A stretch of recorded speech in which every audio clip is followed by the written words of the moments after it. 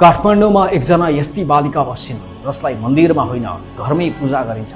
उनी मन्दिरमा बस्दिनन्, न त उनी कुनै देवीको मूर्ति नै हुन्, उनी साक्षात जीवित देवी हुन्। हो, हामी कुरा गर्दैछौँ कुमारीको बारेमा। राजधानीको मुटु मानिने दरबार क्षेत्रमा रातो पहिरनमा चिटिक्क सजिएकी देवी कुमारीले दर्शनार्थीलाई पुलुक्क हेर्छिन्। निधारमा एउटा कुनादेखि अर्को कुनासम्म फैलिएको रातो टीका, आँखामा लामो पारेर लगाइएको गाजल र अनेक गरगहनाले सजिएको कुमारीको सरल हाउभाउबाट जो कोही सजिलै प्रभावित हुन्छन्। यो दृश्य हेर्दा मन एकछिन रोकिन्छ अनि मनमा प्रश्न जन्मिन्छ, यो सानी बालिका को हुन्, यिनको कथा के हो?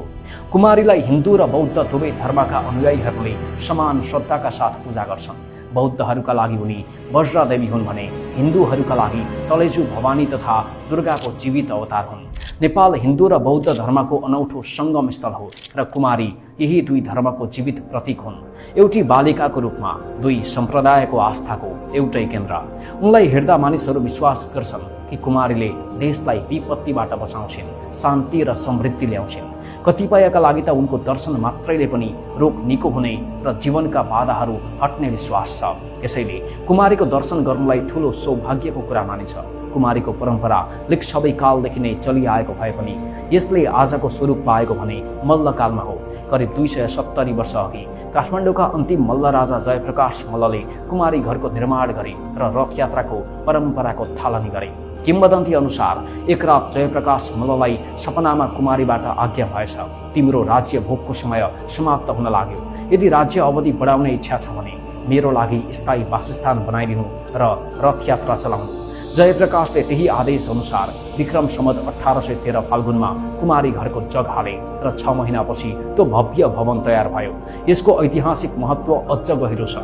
विक्रम सम्वत 1825 मा ठ्याक्कै इन्द्रजात्राको दिन गोर्खा नरेश पृथ्वीनारायण शाहले काठमाडौँ प्रवेश गरी विजय हासिल गरे। त्यसै दिन उनले कुमारीका हातबाट टीका र प्रसाद ग्रहण गरे।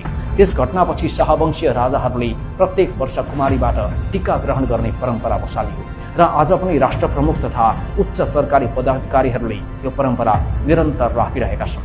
विश्वमै यस्तो दुर्लभ परम्परा अन्यत्र कतै पाइँदैन।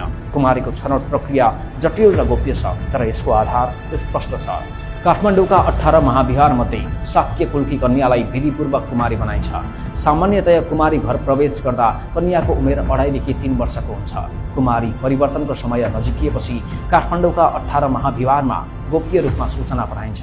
त्यसपछि इच्छुक परिवारले आफ्नी छोरीको चिना बिहारमा बुझाउँछन्। राज ज्योतिषले ती चिनाहरू हेरेर 32 लक्षणयुक्त बालिका छनौट गर्छन्। तलेजु भवानीका पुजारी अर्थात् बडा गुरुले पनि यस प्रक्रियामा सहयोग पुर्याउँछन्। ती 32